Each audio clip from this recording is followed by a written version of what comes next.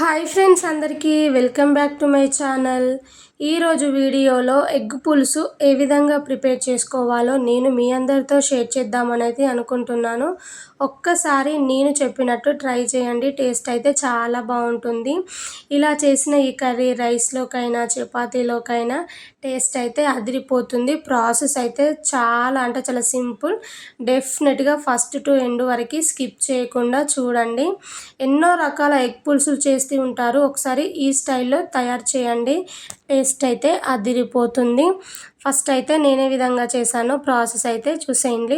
పెద్ద సైజు నిమ్మకాయ సైజు అంత చింతపండును అయితే ముందుగానే నానబెట్టి తీసుకున్నాను.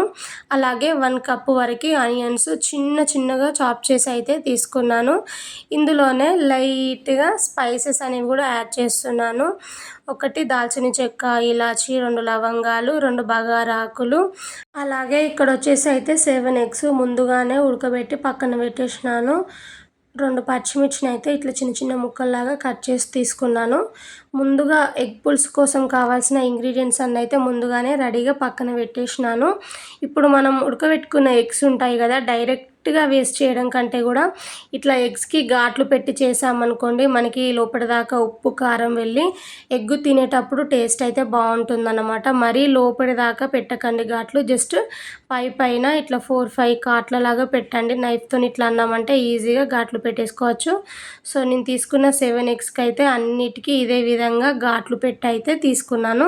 ఇప్పుడు ఎగ్స్ని కూడా పక్కన పెట్టేయండి. స్టవ్ పైన గిన్నెను పెట్టుకొని అయితే 1 టేబుల్ స్పూన్ వరకు ఫస్ట్ అయితే ఆయిల్ వేయండి. ఆయిల్ వేడి కాకముందే మనం ఉడకబెట్టి ఘాట్లు పెట్టుకున్న ఎగ్స్ని అయితే ఇందులోకి యాడ్ చేస్తున్నాను. ఇందులోనే 1/2 టేబుల్ స్పూన్ వరకు ఉప్పు, 1/2 స్పూన్ వరకు పసుపు వేసుకొని అయితే ఫస్ట్ మంచిగా మిక్స్ చేసుకోండి. మంచిగా ఎగ్స్కి ఉప్పు పసుపు పట్టి మనకి ఏంటంటే ఎగ్స్ అనేవి కలర్ఫుల్గా ఉంటాయి, ప్లస్ టేస్ట్ కూడా బాగుంటుందన్నమాట. మనకి లైట్గా ఎగ్ పైన గోల్డెన్ షేడ్ వచ్చేంత వరకు అయితే ఫ్రై చేసుకోవాలి.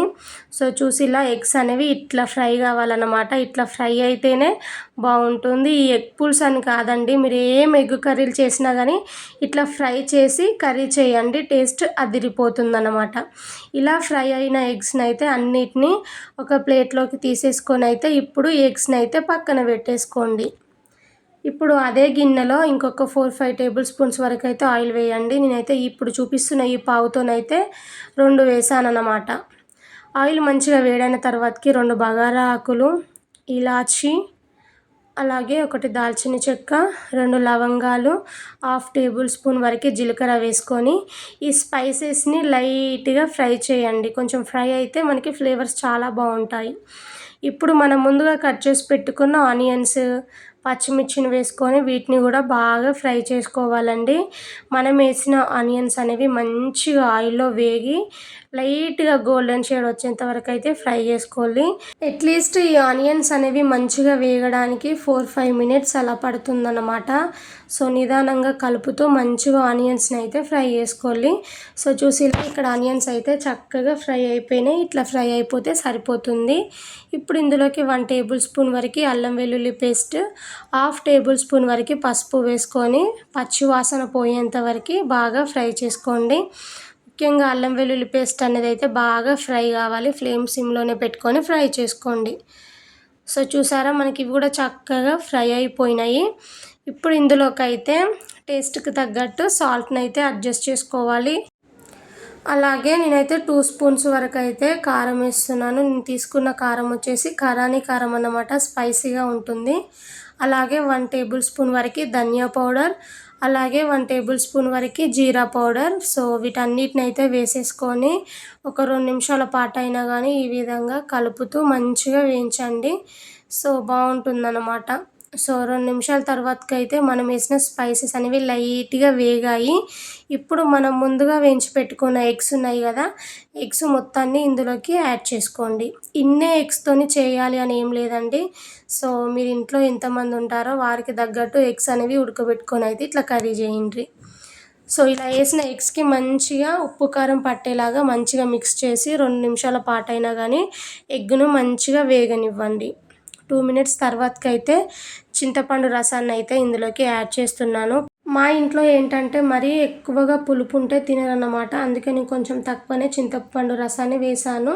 తర్వాతకి 1 కప్ వరకే వాటర్ ఏసాను. నాకైతే ఈ గ్రేవీ అనేది కరెక్ట్‌గా సరిపోతుందనమాట. సో, మంచిగా ఒకసారి గరిటెతోని మంచిగా మొత్తం కలిసేలాగా బాగా మిక్స్ చేయండి.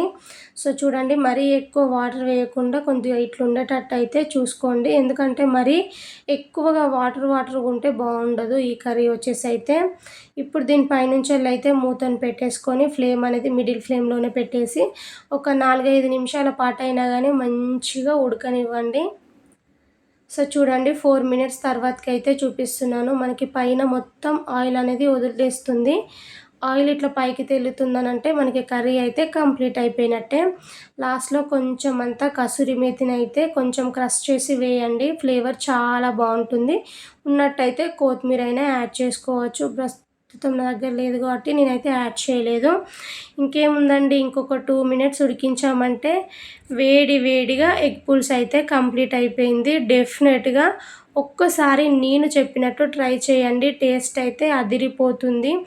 డెఫినెట్‌గా మీరు ట్రై చేసి మీకు ఎట్లొచ్చిందో కామెంట్ రూపంలోనైతే తెలియజేయండి. ఫస్ట్ టైం చూస్తే సబ్స్క్రైబ్ చేసి సపోర్ట్ చేయండి. Thank you.